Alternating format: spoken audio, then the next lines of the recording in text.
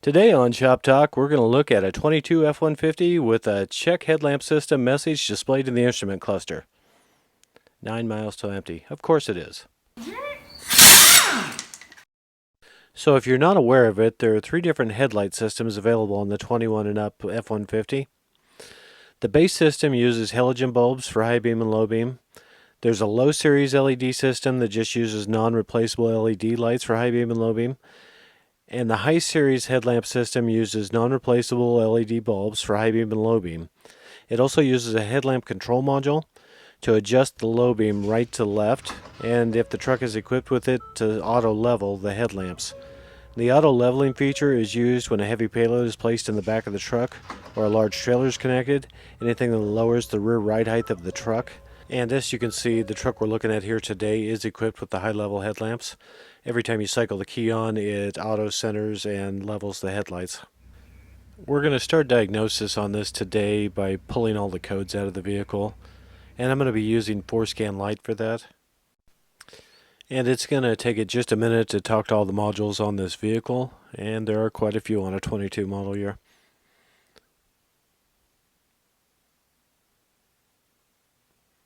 Okay, we've got a 22 F-150. Let's take a look and see what it's got for codes in it. Okay, so we've got a driver's side LED code in the rear camera module. I don't think that's probably related to this. And we have a left rear ride height sensor code in our headlamp control module. C1A05. So let's take a look at the left rear ride height sensor.